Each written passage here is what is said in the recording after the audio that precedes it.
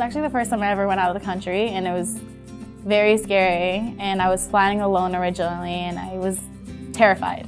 Really pushed me out of my comfort zone to the sense that I feel like I can go anywhere now at this point. I did a study abroad trip in Costa Rica for 2 weeks. So I was like, all right, maybe it'll be kind of similar to that, but then it was completely different, but definitely for the better. You come into this country and it's just so welcoming. I made a comparison to the Hispanic culture. We're very family-oriented, very preserved. What stuck out to me the most was the middle schools and how like these kids are like 12, 13 years old and they know 3 languages. And I'm like, that's amazing. I could barely keep 2. I love their educational approach where they value students' interest because every student is a different type of learner. One kid came in with something from outside, I think it was like an acorn or something, and they developed this whole project on it, like this whole lesson. It took weeks, so many different aspects, and like the kids were so involved. They really learned a lot, and who would have thought like just picking something up off the ground could have turned into this huge like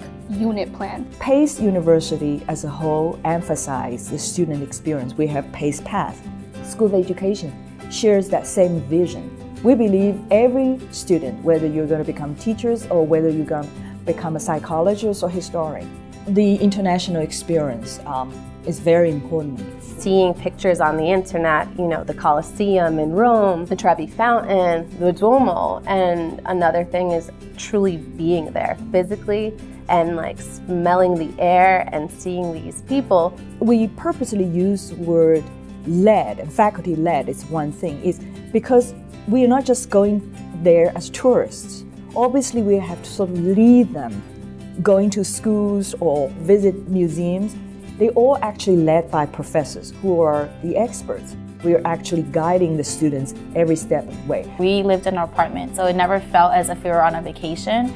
You know, you got scared when you walk in there first because you don't know if you're going to be able to relate to people because you're in a whole different country, but you find that there's always these connections, there's always something you can talk to somebody about. So many Italians also can carry a conversation in English, and I was like, wow, that's really nice. We could put them in a hotel, and we didn't.